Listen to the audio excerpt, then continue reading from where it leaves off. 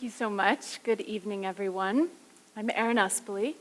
I'm a filmmaker, but unlike most of my colleagues in the arts and humanities, I have a bachelor's degree in molecular and cell biology. I worked in a number of laboratories studying viruses and bacteria, but on the cusp of getting my PhD, I decided to take some time off. And I ended up here at the American Museum of Natural History in New York City. Every day I walked past the Hall of African Mammals up to the 8th floor, where I worked at Natural History magazine. And it was there that I met an incredible array of writers, editors, photographers, scientists, and communicators of all kinds, and I found my life changing course. Today, as a documentary filmmaker, I'm exploring new ways to start conversations about our endangered environmental futures. When we think about depicting environmental disruption, we often think about big images, the glaciers, melting icebergs, the charismatic megafauna like polar bears or the American bison. These are really powerful. But I'm also interested in how my films can draw attention to what can't readily be seen. The pollutants that are too small or disperse too quickly, or the climate disasters that are too vast in time and space. This is what I'm aiming for in my films: the invisible, the unrecognized, or the overlooked. In my film, the Lanthanide series, I documented the mining of rare earth elements that go into our digital devices. I visited the Mountain Pass mine in the Mojave Desert, trying to sort out the ecological and social costs of building the technologies we rely upon every day, myself included. And what I discovered was a disturbing connection to the failing health of our oceans. Some of the radioactive wastewater being produced by that mining operation was being trucked all the way to the Pacific Ocean and dumped directly there.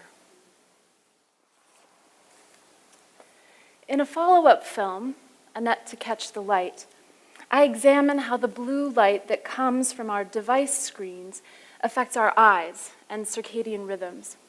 I was interested in how ubiquitous personal screens have become and how this affects us on multiple levels. Our memories, our physiologies. As it turns out, the blue lights of LEDs can, at certain wavelengths, kill cells and can speed up the aging of our retinas, which in turn changes the way our bodies tell time. How are we as a society responding emotionally, physically, psychologically, culturally to environmental change, and also in tandem to the relatively recent profusion and portability of moving images? Some studies show that the more we look at screens, the less empathy we have. Historically, the opposite was true.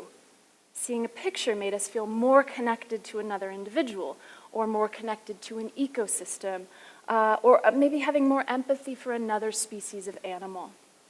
So this shift radically complicates the ethics of making moving images today, and it raises larger questions of how cinema is shaping our sense of time, our expectations, and our overall relationship with the planet. I'm making films that reframe our position in the world and question the medium itself. In my latest film, I look at how mealworms can digest styrofoam, some of our most pernicious and bulky pollutants, taking up about 1/3 of US landfills. Yellow mealworms have the capacity, with the help of their gut microbiome, to break down styrofoam into hydrogen and carbon. This is a quiet, untraditionally dramatic solution to a big problem.